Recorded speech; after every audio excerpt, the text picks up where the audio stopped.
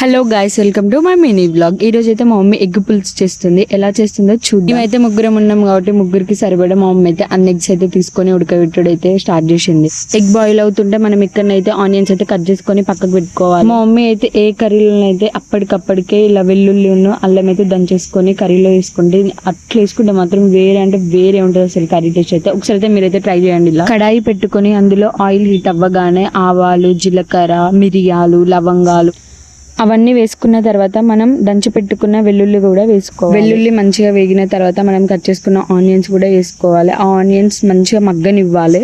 Onions మంచిగా వేగిన తర్వాతకి అందులో పసుపు, కారం, ఉప్పు అండ్ అక్కడ అది కుక్ అవుతుంటే ఇక్కడ ఎగ్ షెల్స్ అయితే తీసుకుంటుంది. అది మంచిగా కుక్ అయిన తర్వాతకి మనం షెల్స్ తీసుకున్న ఎగ్స్ అయితే అందులో వేసుకొని మంచిగా కుక్ అవ్వని. జీలకర్ర పొడి అండ్ మెంతుల పొడి రెండు ఒకటేసారి అయితే వేసుకుంటాం. మంచిగా కుక్ అయిన తర్వాతకి మనం పక్కకి ఆల్రెడీ నానబెట్టుకున్న చింతపండు రసం అయితే ఇందులో యాడ్ చేసుకోవాలి. తర్వాతకి ఒక 15 to 20 minutes కర్రీని అయితే మంచిగా ఉడకనివ్వాలి. ఆ తర్వాత మన టేస్టీ కర్రీ అయితే రెడీ అయిపోతుంది.